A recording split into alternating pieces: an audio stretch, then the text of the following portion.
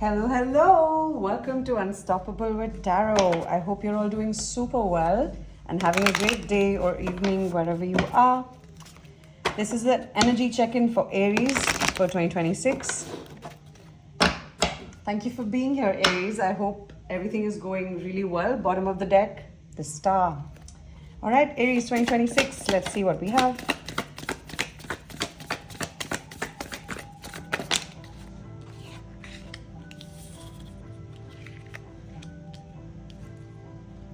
Also for me, Aries is always like incredibly big dog energy. You know, like, I love me. I love me some Aries people.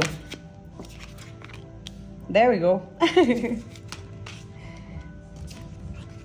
Big dogs. See? See what I mean? I love doing these pulls live because I'm as surprised as you are. Okay.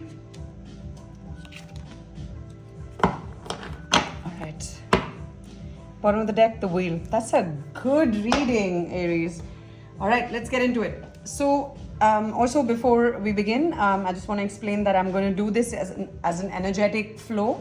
And why I'm doing that is trying to capture a little bit of 2025 going into 2026 so that you can see if you relate to the 2025 closing out bit, then the future predictions are for you, right? And you can work with them. And as always, please trust your intuitive hits. So if a reading doesn't feel like it's for you, it's definitely not. Trust your feeling and trust how you feel in your body also when you're around people, when you're consuming any type of content. If it feels chill, if it soothes your nervous system where you're able to kind of vibe it out and just be around that person or that group of people, the job setting or anything, just make sure you're always trusting your intuition, because it's the more you trust it, the more it becomes solid and it's always got your back, right? And it seems like that does seem to be happening. Coming out 2025, I think you've just stopped fighting yourself, fighting other people over what you know, what you believe, and you're just saying it how it is. You're not about the beating around the bush to protect feelings. And the King of Swords is someone who doesn't do it in a way that is mean, right? It's someone who does it in a way that is honest, to the point, respectful, but stern, right? So you do not mess with the King of Swords. Now, this is not male or female energy. It is, the King of Swords for me is someone who just says it like it is and is not taking no BS, right? And you can see that as it's conjunct with the Five of Wands in reverse. So you might have put a screeching halt to all of the bickering and all of the, oh, but this, but that, but, no, thanks. And you can see that in the Seven of Wands in reverse as well. So you're not being this chill mofo no more. You're not like, oh, you know what, fine, I'm going to see. No, you've gone into this energy of, this is who I am, this is how it's going to be. If you want to come and be in my energy, you have to respect me. You have to work with me. You have to be kind, but also you have to be a partner. You're not supposed to try to climb with me, but then you're fighting with me. You know, like, how is that fair? If you're trying to build with someone, you cannot be trying to tear them down, because then nobody builds anything, right? And to me, the Five of Wands in this deck is that, like, people are building, but then they're also kind of like trying to pull each other down. And you were like, nope, none of that. Thank you. Key thanks, bye. And you can see that with the Magician. So you have realized that it's actually, you are the alchemist. You're the one who can set things in motion. You're the one who can make things happen. You're the one people count on. You're the one people actually want to work with. So don't try to work with me and then try to eliminate me from the process. Like, that's not going to work. It's like they say, right? Like, you don't cancel Eminem, Eminem cancels you, right? So picking a fight with you is basically ensuring that people get worked out of whatever this thing is that you're building, because you're the one building it, and people need to fucking remember that, right? Sorry for swearing. And then you can see in the Ten of Swords, so you're walking away from stuff that is not serving you, that is pushing you into an energy of having to keep the peace in the name of, oh, but you got to like do this, that, and the third. No, you're walking away from all of that. You're stepping into your full-blown confidence. You're like, yo, this is me. This is who I am. This is what I can achieve. This is what I can create. And that's that, right? Like, just get with the program.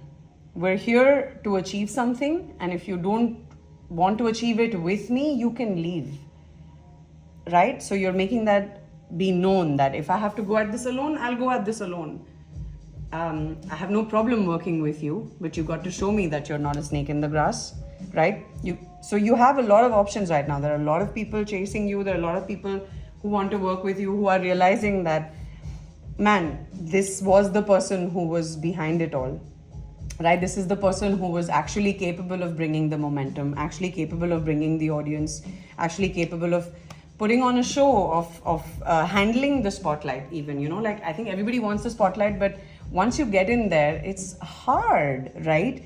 I always look at these documentaries and even the Taylor Swift one that I recently saw. Man, touring life is hard.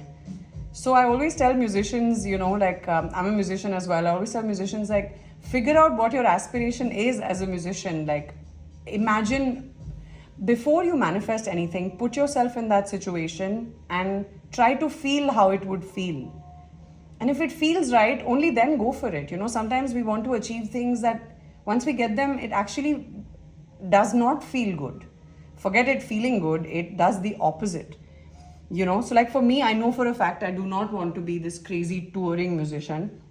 And I know like it also has a lot to do with skills. So I'm not saying I'm skilled enough to be one. I'm just saying I don't even have the aspiration because I know I can't do that, like the trailer vans and the getting ready and then performing every night and having 100% energy every night. That's not something I'm even aspiring to. So I think you have to figure out what you truly want from a feelings perspective, right? Like when you imagine yourself achieve the things you want to achieve, how does that feel? Are you feeling nice? Are you feeling like, yo, I got this? Like, who do you want to be when you unlock what you want to unlock? And I think you have realized that you can really do it all. You can do the thing that you set out to do. You have the skill and all the faculties, 3D and 5D, to achieve the thing you're trying to achieve. And you might have been trying to do it with people who started to tear you down. And you were like, ain't nobody got time for this. So now you're being very, very careful. You're looking at all your options. To me, the 7 of Cups in this deck is just someone who's super observant, has a lot of discernment, is carefully examining everything because they know that not all the options are good, right? And the King of Pentacles in reverse is just basically not feeling like you have all the answers yet or all the finances yet. Or there might be someone in your energy who is a King of Pentacles in reverse that you might not want to work with, right? But to me, how this is reading is that you're feeling financially that you could be in a better position, and that might have caused you some stress, right? But the 5 of Swords is in reverse, so it means the cycle is changing. You're going to get a lot of communication. So the 7 of Cups and the 8 of Wands, to me, both these cards, if they come out together in a reading, like if the spread has both these cards, to me, it just means that your options are going to turn into basically pursuits, right? Like, so if this is love, there's going to be people actually pursuing you. So not just people looking at you from a distance and being like, oh, must be nice, like this people actually starting to kind of pursue you, wanting to court you. And this could be similar for whatever this is you're trying to achieve. So something musical, something work-wise, or anything passion-based, career-based, whatever it is, all those things are going to start pursuing you. So all you have to do is remember that you're the shit. Like, you are the master manifestor. And that's what's going to change everything around you. That's what's going to set not just one wheel, 4 wheels into motion. So you might have 4 different things going for you this year that are just going to suddenly take momentum, and they're going to come for you, dude. So you don't need to do much. You just need to center yourself in that energy, not fight with people anymore. I mean, I know you never did, but you know, when sometimes people are just constantly trying to come at you, of course you will at some point break and have to engage, right? But now you're kind of like, you know what, I'm just going to take myself away from all this. So you're just removing yourself from situations that don't serve you, that don't put you in the right energy, and bringing yourself out of all this mental turmoil and stress and, you know, over analysis, and getting ready for the wheels plural to turn, and get ready to be pursued by everything and everyone. All right, Aries, this was spot on, being the big dog that you are. If you like this reading, I would really appreciate if you join me and subscribe to the channel, because I've promised myself to post a video every day, and it would be an honor to have you on this journey with me. Thanks again, Aries. You really got this, and I got you. See you in the next one. Bye.